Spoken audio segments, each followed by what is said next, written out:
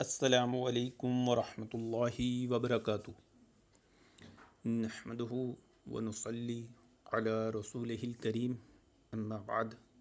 محترم ناظرین، آپ مقلد کی اس پوسٹ کو پڑھ کر ایک دفعہ تو یہ سوچیں گے کہ یہ مقلد اصل میں لا علم ہے، جاہل ہے، اجماعی مقلد ہے، اسے کچھ آتا نہیں، اس لیے اس نے ایسا لکھا ہے۔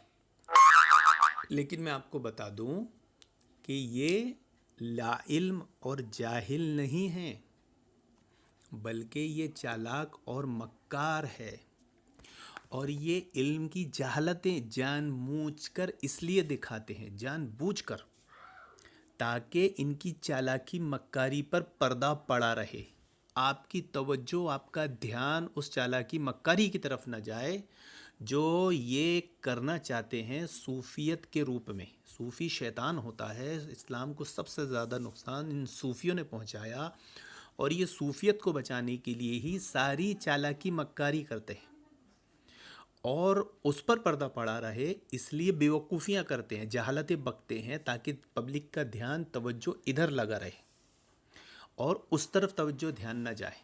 یہ اصول کو یاد رکھیں۔ آپ اس کی پوسٹ پڑھ کے لگے گا کہ ایک نمبر کا جاہل ہے، اسے کچھ آتا نہیں، اسے قرآن بھی نہیں سمجھتا، اسے حدیث بھی نہیں سمجھتی، اسے آئمہ کے اقوال نہیں سمجھتے، یہ ایک نمبر کا جاہل ہے، مقلد ہے۔ یہ نہیں ہے بات۔ یہ حرکت اس لیے ہے کہ صوفیت کے شرکیہ کفریہ عقیدوں پر پردہ پڑا رہے، آپ لوگوں کے سامنے صوفیت کا ننگا ناچ نہ آ سکے۔ یہ اصول یاد رکھیے۔ اب میں آپ کے سامنے اس کی پوسٹ پڑھتا ہوں اور آپ کو بتاتا ہوں۔ ایک منٹ معذرت چاہتا ہوں۔ ہاں سدھیر بھائی، میں ذرا ارجنٹ ہاں بھائی بولو۔ میں ہاں 2 منٹ ہلو۔ میں فون ہاں کر رہا ہوں، ایک ویڈیو بنا رہا ہوں۔ ہاں ٹھیک ہے ٹھیک ہے۔ جی معذرت چاہتے، فون آ گیا تھا، بہت ارجنٹ فون تھا ڈاکٹر کا۔ تو آپ یہ پوسٹ دیکھیں۔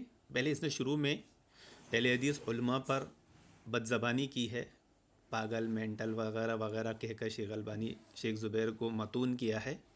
ہم اس عبارت کو نہ پڑھتے ہوئے اس نے شیخ البانی، ناصر الدین البانی رحمہ اللہ علیہ پر ایک اعتراض کیا ہے۔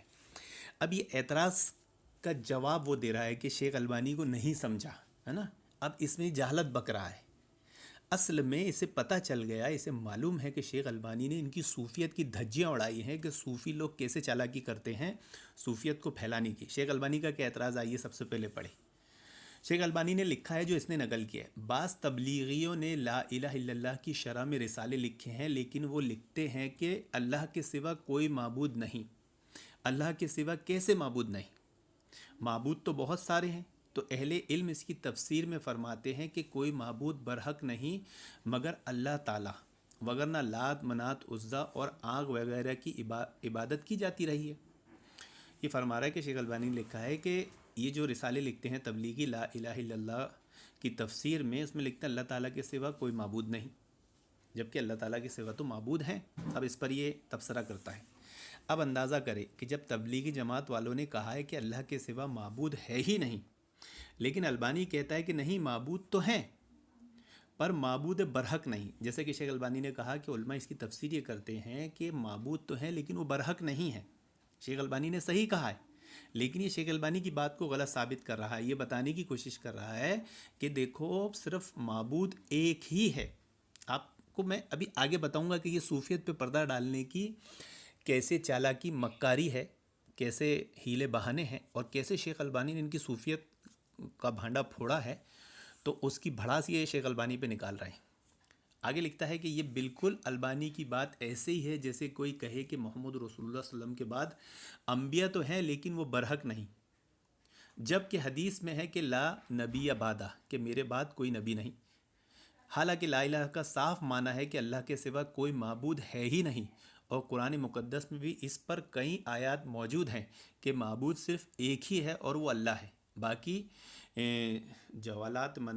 باقی جو لات و منات کی پوجا لوگ کرتے تھے وہ محض پتھر تھے، انہیں معبود کہنا کہاں کا انصاف ہے۔ اگرچہ باطل ہی معبود کہا جائے، اس کی وجہ یہ ہے کہ اس سے معبود ہونے کا ایک مفہوم ضرور نکلے گا، لیکن اس ذہنی مینٹل کے تعصب کو داد دینی چاہیے۔ اب دیکھا آپ نے، اب آپ اس کی عبارت پڑھ کے تو یہ لگیں گے کہ ایک نمبر کا جاہل ہے. کیا بولتا ہے کہ اللہ تعالیٰ کے سوا کوئی معبود نہیں، معبود صرف اللہ تعالیٰ ہی ہے، یعنی اللہ تعالیٰ کے سوا کوئی معبود ہے ہی نہیں، صرف اللہ تعالیٰ ہی معبود ہے. اور یہ لات منات عزا تو کیا تھے؟ یہ پتھر تھے. اب لا نبی آبادہ والی حدیث کو لے رہا ہے کہ نبی کے بعد اللہ نبی کے بعد کوئی، محمد رسول اللہ کے بعد کوئی نبی نہیں. اب اس کے بعد کوئی کہے کہ نبی ہے تو بالکل یہ بیجا بات ہو جائے گی. یہاں پر اس نے جو جہالت بکی ہے، آپ سمجھ گئے ہوں گے کہ ایک نمبر کا جاہل ہے، جبکہ اللہ کے نبی صلی اللہ علیہ وسلم نے خود فرمایا ہے کہ میرے بعد 30 کذاب ایسے پیدا ہوں گے جھوٹے جو نبوت کا دعویٰ کریں گے، نبی ہونے کا دعویٰ کریں گے. تو اب کیا کہا جائے گا؟ جیسے قادیانی کو نبی مانتے ہیں تو وہ تو مانتے ہیں نا، تو نہیں مانتا نا، تو اپنی سوچ کیوں گھسا رہا ہے اس میں؟ جو لوگ نبی مانتے ہیں ان کو کہا جائے گا جھوٹا نبی ہے. وہ تو مانتے ہیں نا، وہ لگے وہ نبی ہے ہی نہیں. ابے تو اپنی سوچ کیوں گھسا رہے؟ تو ویسے اللہ کے سوا جو لوگ غیر اللہ کو معبود مانتے ہیں وہ تو مانتے ہیں نا، تو نہیں مانتا تو وہ مانتے ہیں نا، تو ان سے کہا جاتا ہے تمہارے معبود جھوٹے ہیں. یہ اصل میں اصولی بحث تھی. اب اس کو پڑھ کر آپ کیا سمجھ رہے ہوں گے؟ معلوم ہے کہ اس کو جاہل کو معلوم نہیں ہے کچھ. قرآن کی آیتیں، احادیث، ان کے معنی، مفہوم، اس کو کچھ نہیں سمجھ رہا ہے. آپ یہ سمجھ رہے ہوں گے ہے نا. لیکن میں آپ کو بتاؤں کہ یہ اصل میں ایک قسم کی چالاکی ہے جو اس نے کیا ہے، کیونکہ شیخ البانی نے صوفیت کا بھانڈا پھوڑا تھا. کس کا بھانڈا پھوڑا تھا شیخ البانی نے؟ صوفیت کا. اور اس کو سمجھ میں آ گیا کہ صوفیت کا اگر بھانڈا پھوٹا اور صوفیت ہی اسلام کو سب سے زیادہ نقصان پہنچانے والی ثابت ہوئی اور صوفی سب سے بڑا شیطان ہوتا ہے تو ہماری دکانداری بند ہو جائے گی. اس لیے اس نے یہ جہالت بکا ہے اور یہ بتانے کی کوشش کیا ہے کہ اسے کچھ آتا نہیں اور آپ کا دھیان توجہ اس طرف رہے. اب آتے ہیں ہم شیخ البانی کی بات پر کہ شیخ البانی نے ایسا کہا ہے تو کیوں کہا ہے، اور تبلیغیوں نے ایسا لکھا ہے تو کیوں لکھا ہے. تو اس کے لیے محترم حاضرین، سب سے پہلے آپ کو یہ سمجھ لینا چاہیے کہ صوفیوں کا عقیدہ ہوتا کیا ہے. جب آپ یہ سمجھیں گے نا تب آپ کو ان کی چالاکی مکاری سمجھ میں آئے گی. صوفیوں کا عقیدہ یہ ہوتا ہے کہ صوفی اتنا بڑا شیطان ہوتا ہے کہ وہ عبادت کر کے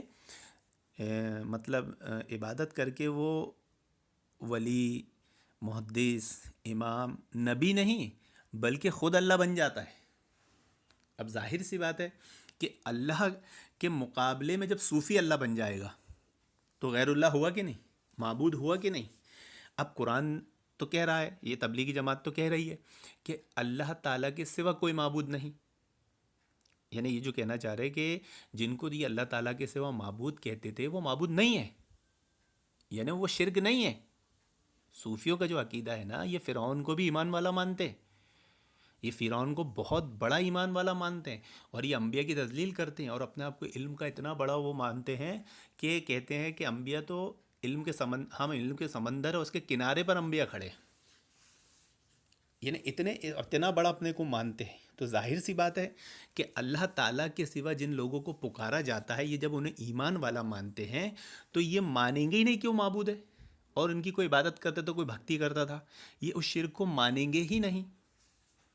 یہ اصل میں ان کا کفر شرک تھا جس کی طرف شیخ البانی نے نشاندہی کی کہ دیکھو انہوں نے جو یہ معنی یہاں کیے ہیں، یہ معنی اصل میں یہ صوفیت ہے. یہ صوفیہ کے عقیدے کو پھیلا رہے ہیں، صوفیہ کے عقیدے کو پروموٹ کر رہے ہیں، اور اس کی تشریح کر کے شیخ البانی نے بتایا کہ معبود تو ہیں لیکن وہ جھوٹے ہیں، وہ برحق نہیں ہیں. ایسا نہیں کہ شیخ البانی نے بات کہی ہے، محدثین نے کہی، یہ بات تو اللہ رب العالمین نے بھی کہی ہے اور آج تک اس پہ جھگڑا چلتا آ رہا ہے. کیا ہے؟ قرآن مجید کی آیت کریمہ کہ ان الذین تدعون من دون اللہ عباد امثالکم فادعوہم فلیستجیبوا لکم ان کنتم صادقین. جن کو تم اللہ کے سوا پکارتے ہو تمہاری طرح کے بندے ہی ہیں، اچھا تم ان کو پکارو اگر تم سچے ہو تو چاہیے کہ تم کو وہ جواب بھی دے.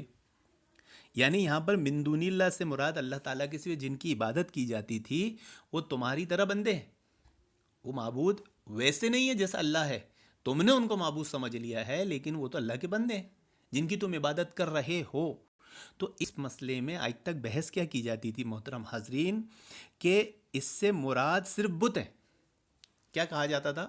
مشرکین مکہ کے عقیدے کو بچانے کے لیے صوفی شیطان اپنے شرک و کفر کو چھپانے کے لیے کیا کرتے تھے کہ اپنے اولیاء بزرگوں کو جن کی عبادت کرتے ہیں، جن کو پکارتے ہیں، جن سے دعائیں کرتے ہیں قبروں پہ کھڑے رہ کے، تو اس عبادت کو جائز ٹھہرانے کے لیے کیا کرتے تھے، کہتے تھے کہ نہیں، اس سے مراد بدھ ہے، وہ نہیں ہے، اس سے مراد بدھ ہے، وہ نہیں ہے، جبکہ قرآن مجید کی آیت کریمہ یہ بتا رہی ہے کہ اللہ تعالیٰ کے سوا جس کو بھی تم پکارو گے، جس کو بھی تم پکارو، لات ہو، منات ہو، عزا ہو، یا پیڑ پودے پتھر ہو، سب کو پکارنا عبادت شمار ہوگی. اور تم اولیاء کو بھی پکارو گے تو وہ کیا ہے، وہ تو تمہاری طرح اللہ کے بندے ہی تھے. ظاہری بات ہے، لات منات کیا تھے، عزا کیا تھے، وہ اللہ کے بندے ہی تھے، ان کے نام پر لوگوں نے بت بنائے تھے. تو اللہ تعالیٰ کے سوا معبود تو ہیں لیکن وہ جھوٹے ہیں. نبی کے بعد جو لوگوں نے نبوت کا دعویٰ کیا ان کو لوگ نبی تو سمجھتے ہیں لیکن وہ جھوٹے ہیں. نبی نے کیا کہا، میرے بعد 30 کذاب پیدا ہوں گے جو نبوت کا دعویٰ کریں گے. اب ان کذابوں کو ان کے ماننے والوں نے نبی مانا ہے تو ان کو بتایا جائے گا کذابوں وہ جھوٹے ہیں. اس کی مثال میں آپ کو دوں کہ کوئی یہ کہے کہ نہیں، صرف اللہ ہی معبود ہے، اللہ کے سوا کوئی معبود ہے ہی نہیں، جن کی عبادت کی جا رہی ہے ان کو بھی معبود نہیں مان رہا ہے وہ، تو اس سے بڑا مینٹل اور پاگل کون ہوگا جس کے سامنے نقلی نوٹ آ جائے اور اصلی نوٹ آ جائے. اب وہ کیا کرے گا، وہ یہ بولے گا ارے نقلی نوٹ تیرے پاس کیسے ہے، تو یہ کہے گا ارے یہ تو نقلی نوٹ ہوتا ہی نہیں، نوٹ تو صرف اصلی ہی ہوتا ہے، نقلی کہاں سے ہو جائے گا. تو اس طرح دنیا میں کتنا کرائم بڑھ جائے گا. آدمی نقلی نوٹ سے مارکیٹنگ کرے گا، نقلی نوٹ مارکیٹ میں چلائے گا، اور جب اس کو بولے گا نوٹ نقلی ہے، بولے پاگل، نوٹ تو اصلی ہوتا ہے، نقلی کب سے ہوتا ہے، معبود تو صرف اللہ ہوتا ہے، غیر اللہ کہاں معبود ہوتا ہے. تو ایسے لوگ دماغی مریض اور سرڑے ہوتے ہیں. اور سرڑے پن یہ کیوں کرتے ہیں، صوفیوں کا یہ عقیدہ چھپانے کے لیے کہ صوفی شیطان فرعون کو بھی ایمان والا سمجھتا ہے. تو جن کی بھکتی کرتے ہیں، جن کی عبادت کرتے ہیں، اولیاء اللہ بول کر جن کے اپنے علماؤں کو، اپنے اکابر کو پکارتے ہیں، انہیں وہ معبود کہاں سے مانیں گے بھلا، نہیں مانیں گے نا، بالکل نہیں مانیں گے. وہ اپنے صوفیوں کا عقیدہ بچا رہے کہ معبود صرف اللہ ہے، وہ معبود ہے ہی نہیں. یعنی اللہ تعالیٰ تو بول رہا ہے کہ تم ان کو معبود بنا رہے ہو، محمد رسول اللہ تو بول رہا ہے تم ان کو معبود بنا رہے ہو اللہ کو چھوڑ کر، اللہ کے سوا، من دون اللہ. صحابہ، اہل سنت سب کہہ رہے ہیں، ہاں، اسلام کہہ رہا ہے، قرآن کہہ رہا ہے چیخ چیخ کر. اور یہ صوفی شیطان کہہ رہے ہیں کہ نہیں نہیں، صرف اللہ معبود ہے. ان کی مثال ویسی ہے بریلویوں جیسی کہ نبی کہہ رہے ہیں، اللہ کہہ رہا ہے، نبی کہہ رہا ہے میرے کو علم غیب نہیں ہے، بریلوی کہہ رہا ہے نہیں آپ کو ہے. ایسی مثال ہے کہ میں کہوں کہ میرا نام ندیم ہے، میرا نام نوشاد نہیں، تو کوئی میں سے کہے نہیں تو نوشاد ہے، تو میں لوں بھائی تو پاگل ہے. تو یہ تھا ان کا پاگل پن، چالاکی، مکاری، تاکہ صوفیوں کے شیطانی عقیدے و وسوسے کی طرف اور شرکیہ کفریہ عقائد کی طرف لوگوں کی توجہ نہ جائے. اس طرح یہ جہالت بک کے ڈھونگ دھتورا کرتے ہیں. تو ان کی چالاکی کو پہچانے، ان کی چالاکی کے پیچھے اصل میں صوفیت کا دفاع ہے کہ صوفیوں نے دیکھے کیا لکھ دیے ہیں، کتنی بڑی خرافات بک دی انہوں نے کہ اللہ تعالیٰ ہی معبود ہے، اللہ تعالیٰ کے سوا دنیا میں کوئی معبود ہی نہیں ہے. یعنی شرک کا انکار ہی کر دیا دنیا سے. جب فرعون کو بہت بڑا عبادت گزار مان لیتے ہیں جس نے اپنے آپ کو رب ہونا، اپنے اللہ تعالیٰ کے مقابلے میں اپنے آپ کو کھڑا کر دیا تھا، آج تک یعنی دیکھیے کس کو یہ معبود بنا دے رہا ہے فرعون کو، کہ جس نے اپنے آپ کو اللہ کہا. یعنی یہ اس شرک کو بھی نہیں مان رہے کہ اللہ کے سوا جن کو تم پکارتے ہو، وہ نہیں کہہ رہے کہ میں اللہ ہوں، بلکہ کیا کہہ رہے ہیں، میں ان کی عبادت کرتا ہوں، میں ان کو پکارتا ہوں، میں ان سے دعا کرتا ہوں. تو یہ وہ شرک کو نہیں مان رہے. تو کیوں نہیں مان رہے، کیونکہ اس سے بڑا جو شرک تھا نا فرعون کا، کہ اس نے خود اللہ ہونے کا دعویٰ کیا تھا، اللہ کے مقابلے میں اپنے کو کھڑا کیا تھا، یہ اس کو بھی ایمان والا مانتے ہیں، بہت بڑا ایمان والا مانتے ہیں. صوفیوں کی کتابیں پڑھو تو اتنے بڑے کو جب وہ شرک نہیں مانتے تو چھوٹے کو کدھر مانیں گے.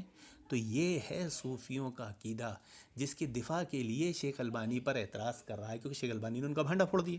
شیخ البانی نے بھانڈا پھوڑے، انہیں ایسی جہالت بگا کہ ابھی جہالت میں الجھ جائے، ان کی اس کفریہ شرکی عقیدے کی طرف نہ جائے. اللہ رب العالمین سے دعا کہ اللہ رب العالمین صوفی شیطانوں کے چنگل سے امت مسلمہ کی حفاظت فرمائے، آمین یا رب العالمین.